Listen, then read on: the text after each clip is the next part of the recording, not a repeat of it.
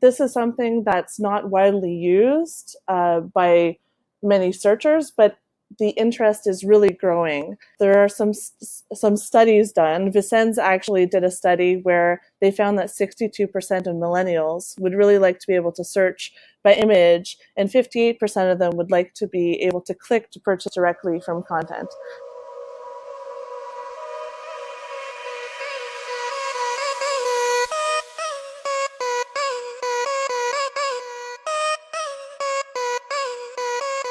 This is Time for Marketing, the marketing podcast that will tell you everything you've missed when you didn't attend the marketing conference.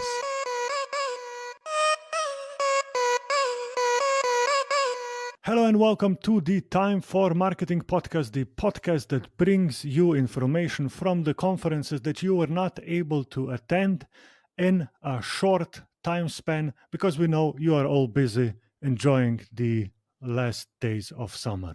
This is the episode number 24. My name is still Peter, and we will go directly with our guest joining us today from the beautiful Canada. Up there and to the left, very far away from me, is sitting Joelle Irvine. Hi, hey. Peter. How are you? I'm very well. How are you doing? How is what is it? Today is Tuesday. You're slowly starting your work week. Yes. Did you already start after the summer when, for agencies, stuff usually dies down a bit? Or are the clients back? Are they sending emails and trying to do everything for Black Friday and everything in the fall that they have planned? We actually don't really have many slow periods here at Bookmark. Not only do we do digital, but we also do magazines. So we gear up for the fall during the summer. And then the fun continues throughout the fall until, all the holidays at the end of the year. All right. So the hashtag agency life. We yes, always exactly. work hard. Joelle, you are the director of marketing and growth at the agency called Bookmark Content and Communications. Can you briefly tell us what you do as the agency, and more importantly, what are the things that you do? What are the nice things that allow you that you are happy at your work every day? So at Bookmark, we're a global content and communications agency. We have offices all around the world. We work primarily with luxury and lifestyle brands, and we create content for them to bring their brand and audiences together. What I do is actually I create content for our content marketing company. It's very meta. I wear many hats. I do a little SEO. I do inbound marketing, social media. I also work on some new business. I do really a little bit of everything. I love it. Yeah, you're the director of stuff there. So those people have to do everything, right? If you're doing stuff for high-end brands, I invited you to the podcast because you spoke at the MozCon conference. How is SEO and high-end brands coming together? Well, we're always looking for new and innovative things to bring to our clients. So not only do we focus on, on-page SEO, we're also looking at technical SEO as well as new things we can bring to them. How can we integrate voice? How can we integrate visual search? How can we make sure that when their audience looks for them in search, that they're getting visually pleasing results, not only text-based results. Yeah, this is why I was very interested in your presentation. In a time when everyone speaks about voice search, you speak about image search or visual search. Your presentation was called Get the Look, Improve the Shopper Experience with Visual Search Optimization. We'll get to the presentation in a minute. How was MozCon? I really enjoyed it. It was actually my third year at MozCon. This was my first time on stage. And what I really love about MozCon is the community.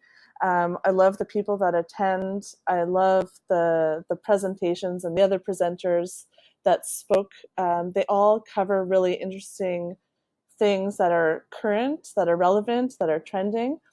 And And they also bring something, I think, a little bit different than other conferences because it is a one-track conference, and I really love that approach. I also really appreciate the way that it's very much human first, even though it's a tech company, and they really accommodate everybody. And if you look at the speakers, it's very much a 50-50 split between men and women, which I really appreciate. Yeah, I had two speakers from MozCon on the podcast in the previous episodes, just because the presentations that I saw were so good. All right, let's go directly to your presentation. Without further ado, I just give you your 5 minutes to sum up your presentation. Perfect. So when I talk about visual search, I'm really talking about searching for images with other images, not searching for images with text queries. This is something that's not widely used by many searchers, but the interest is really growing. There are some studies done. Vincennes actually did a study where they found that 62% of millennials would really like to be able to search by image, and 58% of them would like to be able to click to purchase directly from content. I mean, that's very telling, showing that young people are really interested in this type of technology. And I find also people are in tune with looking for things with their eyes versus, typing them out. There's another stat that I'd like to share, and it's that 85% of consumers place more importance on visuals when shopping online for clothing and furniture. I'd like to share why I chose Google Lens and Pinterest Lens as examples. I find that they're both leading the way in terms of technology and ways to use visual search to appeal to their customers and also drive revenue for brands. Google Lens is really focusing more on practical applications, where Pinterest Lens is showing more success in discovery, engagement, and conversion for fashion and home decor brands. And I find those two things are really interesting to look at because they're not doing the same things. They're investing in different ways to use image recognition technology to appeal to their audience. So if we look back at the past few months, Pinterest Lens has actually started integrating some cool new features. They integrated hybrid search, which is a way of integrating a visual search with a text-based query. Right now, it's not something that you can use where you can actually type in a query, but you can actually take an existing pin and text provided by Pinterest to come together and provide search results based on those two things. They're working on something called Complete the Look, which I think is going to be really amazing. And I feel like other companies and tech companies and social media companies will follow suit once this is released. And what it does is it allows you to actually type in a text query and combine it with an image to find a handbag to go with an outfit or curtains to go with your living room. What's interesting about Pinterest Lens is that right now there's about 600 million visual searches that are happening every month, and 300 million people around the world are using it. That's kind of small potatoes compared to, let's say, Google or Amazon's audience, but there is a large group of people who are actually using visual search. And if that's something that brands are interested in, they should leverage that. Mostly because proportionately, Pinterest drives more referral traffic to e-commerce sites than other social platforms. Something else that I'd like to share is that Google Lens, it can recognize over 1 billion items. That's quite something. And at the recent Google I/O conference last May, they also introduced 2 new filters for their Google Lens.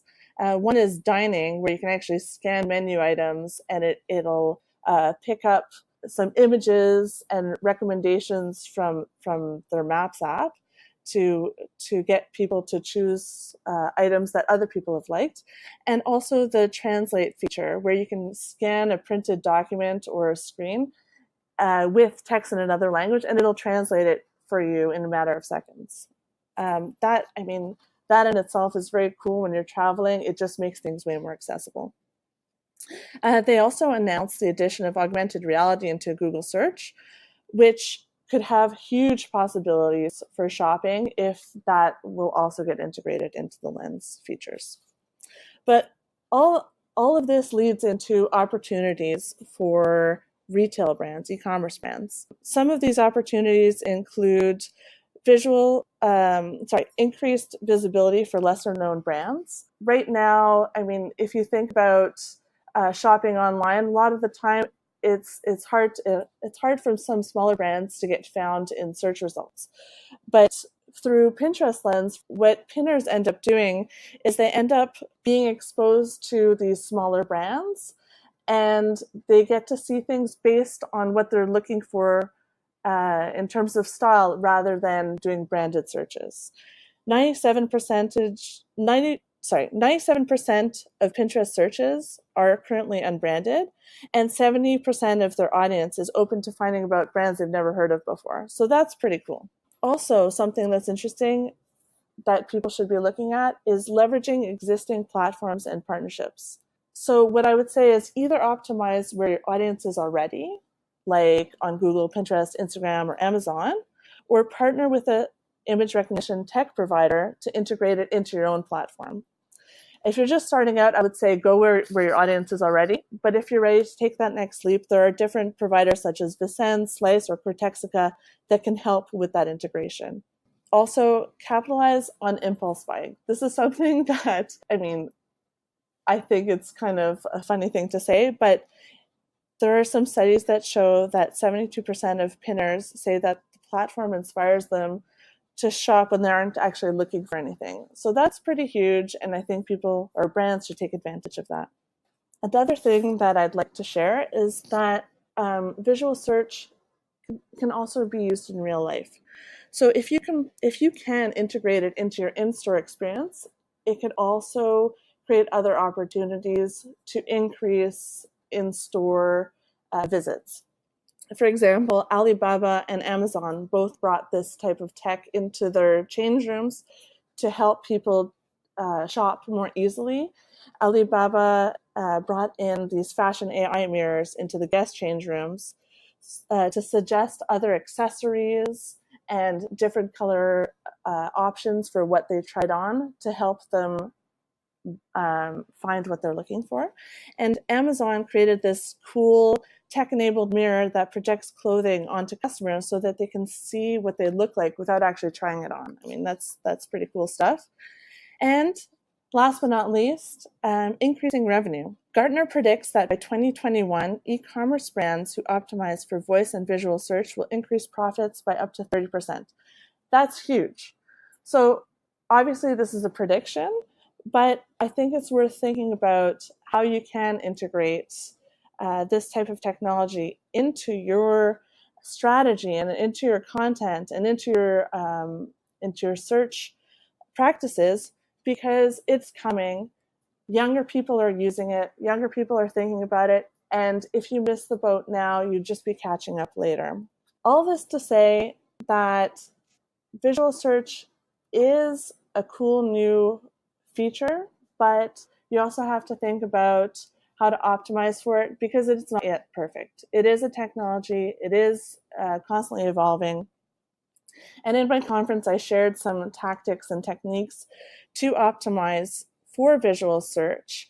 And some of those things included, everything that you do currently for image search can also be applied for visual search. So, make sure to think about your image size and keywords and alt tags and all that good stuff. You also want to think on the technical side, making sure to submit image sitemaps and sync basic product data with the Google Merchant Center, enabling rich pins for Pinterest, implementing structured data, especially, for product and offer and image gallery.